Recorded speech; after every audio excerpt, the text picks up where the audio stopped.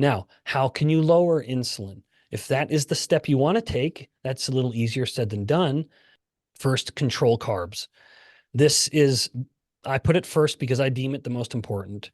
You want to make sure you're, whatever carbs you're getting, that you're focusing on sources that are not coming from bags and boxes with barcodes.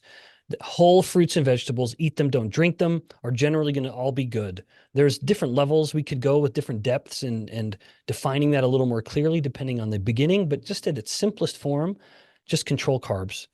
Next, prioritize protein. Make sure you're getting abundant, high quality, which means preferably animal source protein every day. Third, don't fear fat. In particular, don't fear the fat that comes with the protein. In nature, there is no exception to this. Every protein comes with fat. Don't be afraid of it. I understand we have a fat phobic culture now. You need to reject it.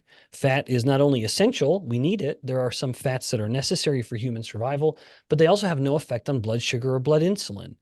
So it's a nice, nourishing option. You have to get over the fear of fat, especially the fat that comes with protein. So those are the 3 steps: control carbs, prioritize protein, don't fear fat.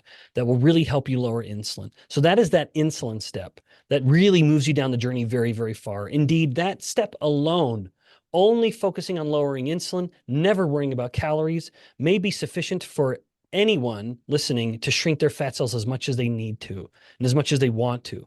In some people, they may plateau a little earlier than they'd like by focusing only on the insulin. They'll get some benefit, indeed maybe a lot, but they know they got a little further to go. Now you are ready to take that other step, that other foot that's been so firmly planted, and you just had one really big step that got you farther down the road with the insulin lowering. Now you can take that next step, which is addressing the energy explicitly. Usually the energy corrects itself for reasons I mentioned earlier, that when insulin's low, your body's using its own stored energy. All of those energy bars, if you will, that you've had stashed away in your fat cells are finally being opened up to be used, which is what they're there for. So sometimes people will begin restricting they'll have greater satiety and start eating less just on their own without even doing it deliberately. Indeed, that is what usually happens. But if you need to, now you can explicitly address the energy part of it, but don't do so by counting calories. Do so rather by structured fasting. So that's that 4th part of the 3 parts I gave earlier.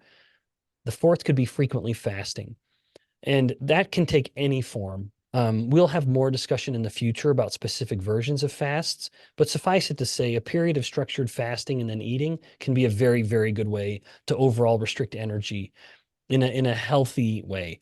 Now, one comment on that, though, is that fat with fasting, how you end a fast is more important than how long you fast. So the temptation is to obsess over a 48-hour fast or something like that.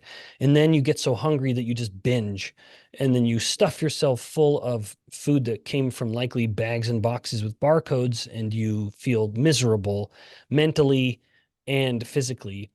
And that basically leads into a disordered eating pattern of almost kind of a binge purge cycle. You don't want that. So how you end your fast matters more than how long you fast. Have a very specific meal plan in mind for when you are ending your fast.